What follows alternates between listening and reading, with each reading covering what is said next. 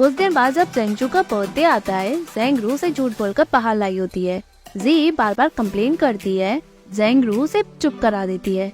वो लोग फाइनली एक कैफे में पहुंचते हैं जहां जियाशु काम करता है। दोनों का आमना सामना हो जाता है।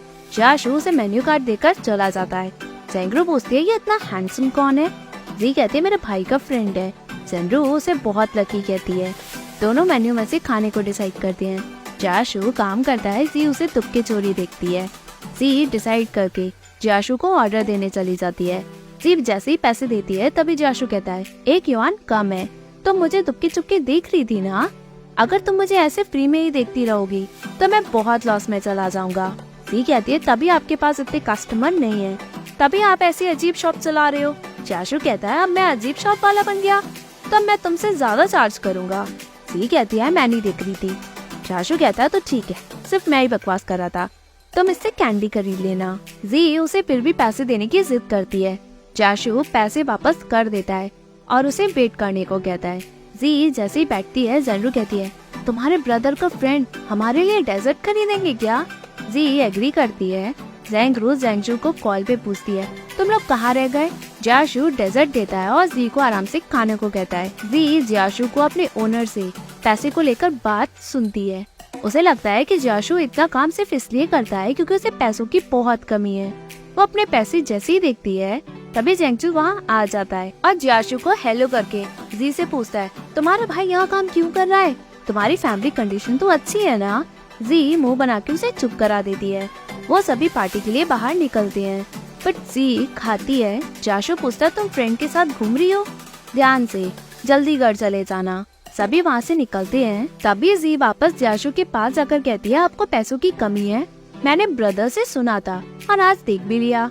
आपको मेरे लिए डेजर्ट खरीदने की कोई जरूरत नहीं। जियाशु हंस के बात टालता है। जी भाग के चली जाती है। जियाशु जैसे ही नीचे देखता है टेबल पे पैसे रखे होते हैं जो जी छोड़ के गए। यहाँ सभी जेंगजू की बर्थडे पार्टी करते हैं। जेंगजू केक काटता है, तभी वो जी का हाथ पकड़ के जैसे ही कुछ कहने जाता है, जी बहाना मार के घर जाने की जिद करके निकल जाती है। जेंगजू उसके पीछे चला जाता है। जियाशु दोनों को बात करते हुए देखता है। जेंगजू अपनी फीलिंग्स का इनडायरेक्टली इजहार करता है बट जी कुछ न कुछ कहकर उसे अवॉइड करके कहती है तुम्हें अपनी पढ़ाई पे फोकस करना चाहिए। तभी जियाशु वहाँ आता है। जेंगजू उसे हेलो करके चला जाता है। जियाशु कहता है ये बचपन का प्यार, इस पे तुम ध्यान मत देना, अपनी पढ़ाई पे दो। जी कहती है मैं नहीं कर रही थी। जियाशु उसे प्यार के बारे में सब समझाता है। जी कहती है मैं नहीं कर रही थी। जियाशु कहता है कि वो रो गया, मैंने देखा उसे। जी कहती है वो तो बचपन से ही रोता है, हम दोनों लड़के बड़े हुए हैं। जियाशु कहता है तभी तुम्हारे टीचर पेरेंट्स को बार बार बुलाते थे। जी कहती है ऐसा हमेशा नहीं होता था। जियाशु जी के हाथ में पैसे रखे कहता है लोगों को अगर पता चल गया कि मैं बच्ची को ब्लैकमेल करके उससे पैसे हटाऊं तो लोग क्या कहेंगे? जी कहती है ऐसा नहीं है, मैंने डेजर्ट खाया है, उसका पेमेंट है। जियाशु कहता है डेजर्ट इतना महंगा नहीं है।